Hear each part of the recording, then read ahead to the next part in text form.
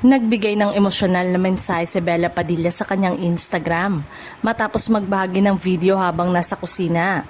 Sa background ay maririnig ang indie folk song na Someday I'll Get It na tungkol sa paghihiwalay at paghilom. Ayon sa aktres, ginamit niya ang kantang ito kapag kailangan niyang ilabas ang matitinding emosyon.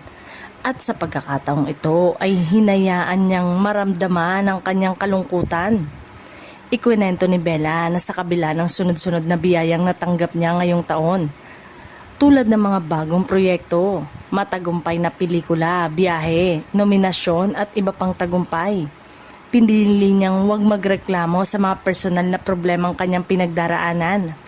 Aniya, pakiramdam niya noon ay wala siyang karapatang maglabas ng hinaing dahil sa dami ng magagandang nangyayari sa kanyang karera.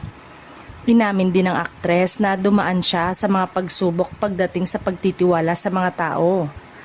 Ayon sa kanya, may ilang taong dati niyang sinusuportahan ngunit hindi siya tinulungan noong siya naman ang nangangailangan.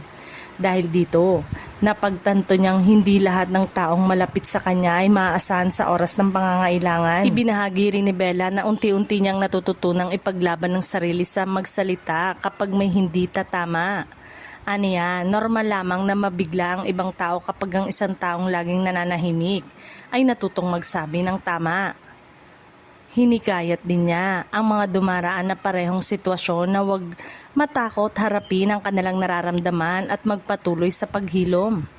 Bagamat wala pang binanggit na partikular na tao o insidente sa kanyang mensahe, marami ang nag-uugnay nito sa mga usap-usapang isyong kinasasangkutan niya nitong mga nakaraang linggo.